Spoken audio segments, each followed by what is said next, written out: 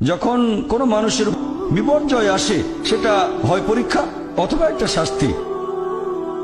যে লোকগুলো আল্লাহ তাআলার পথ থেকে দূরে সরে গেছে তাদের জন্য এটা শাস্তি, আর যারা আল্লাহর পথে আছে তাদের জন্য পরীক্ষা।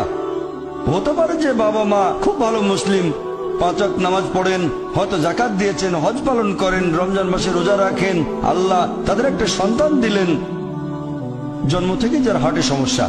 সত্যিকারের মুসলিম, সত্যিকারের মুমিন বলবে আলহামদুলিল্লাহ, আল্লাহ তাআলা তোমাকে অনেক ধন্যবাদ, আল্লাহ তাদের পরীক্ষা করছেন।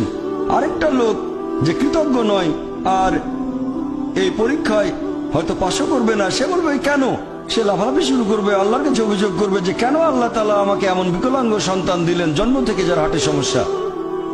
আর পরীক্ষা যত কঠিন পুরস্কার তত বেশি, পরীক্ষা যত কঠিন পুরস্কারের পরিমাণ তত বেশি।